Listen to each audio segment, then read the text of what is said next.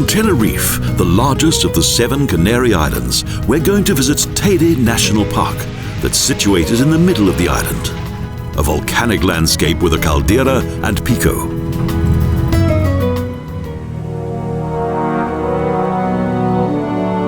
At an altitude of 2,000 meters above sea level, the clouds are already beneath us.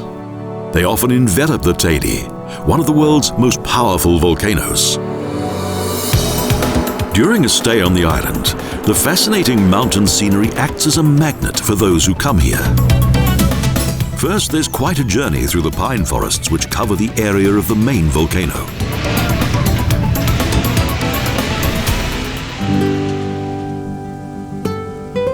We arrive at the entrance to Eide National Park, the largest park on the archipelago.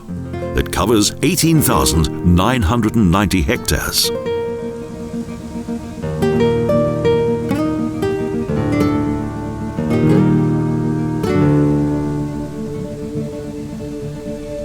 Here there are large fields of pumice stone, the result of much volcanic activity that has taken place over the centuries.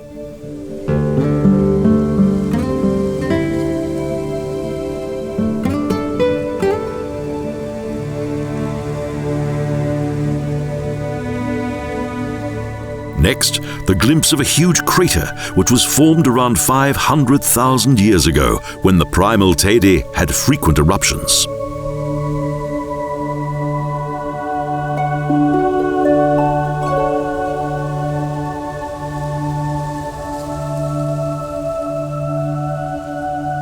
Its magma chamber emptied itself in such a way that a huge hollow formed within its interior and its roof collapsed.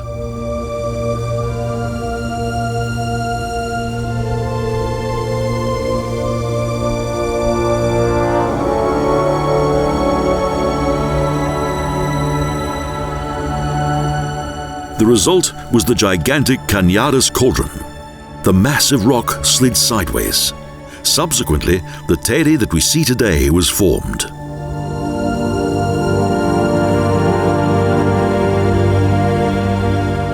Five to 7 million years ago, Tenerife had 3 volcanic cones that gradually developed at the same time. Layer upon layer of cooled magma piled up.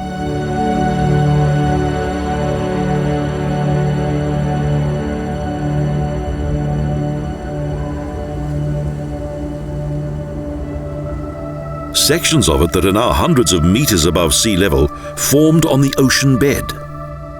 Its total height is around 7,000 meters.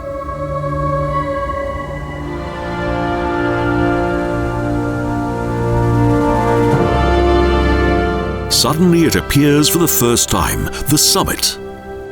At 3,718 meters above sea level, it's the highest peak in Spain.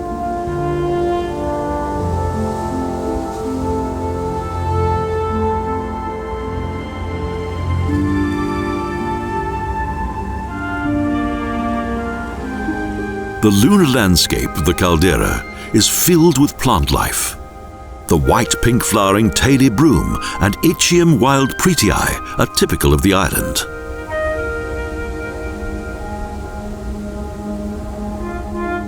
This, the largest plant in the park, grows to a height of up to 2 meters. It's called the Taienaste and grows in groups with red blossoms.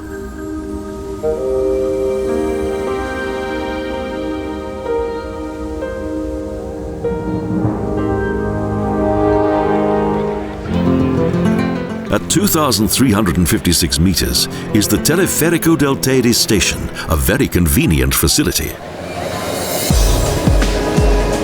It takes just 8 minutes to travel a further 1,200 meters, a journey that would normally take several hours to walk. This is the way to do it.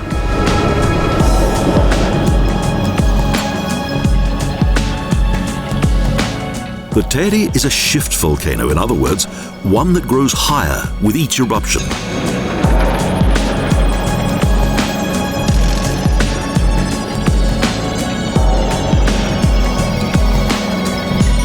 The current peak, El Pilon, probably originated in 1492 when Columbus spotted the fiery mountain while crossing the Atlantic.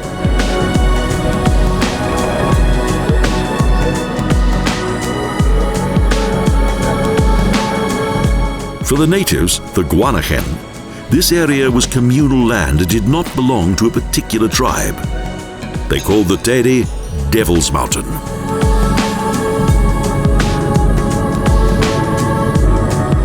It has always been a fiery place. Its most recent eruption was in 1798, when its lava flowed for 3 months. The cable car has arrived at the top.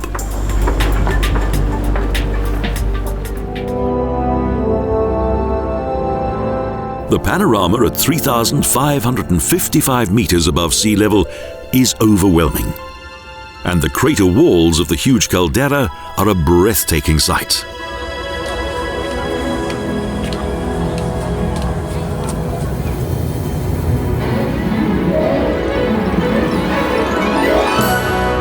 The majestic summit of Pico de Teide is suddenly within reach.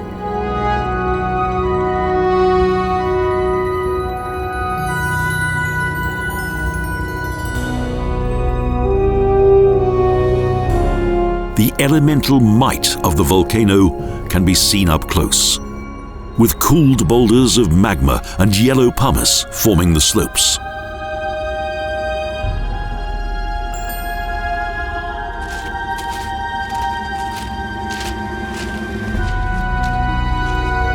The last section, from the mountain to the summit, requires official permission. The footpath is too dangerous, and the number of people allowed to go further is restricted to just a few at a time.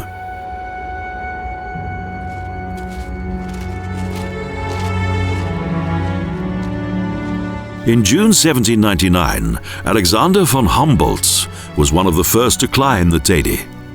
In those days, it was a strenuous challenge that took several days.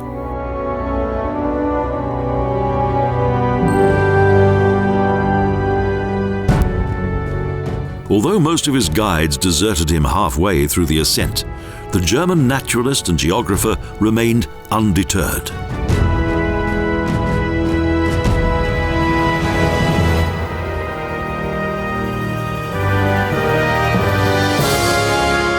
The view from here is quite remarkable, helped along by the crystal clear air and arid climate.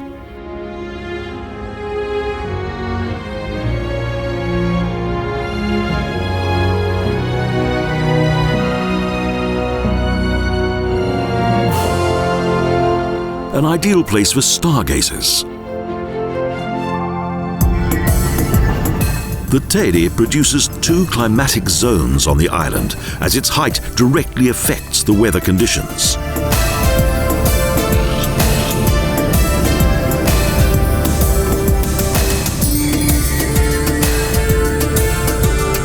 The cool, wet and fertile north receives the rainfall from the clouds of the trade winds.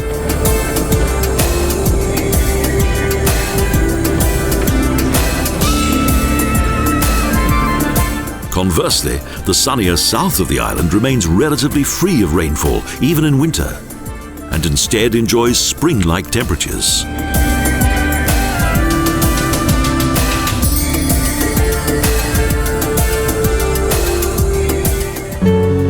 So the Teide has made Tenerife into an island of contrasts, an island of fire and water.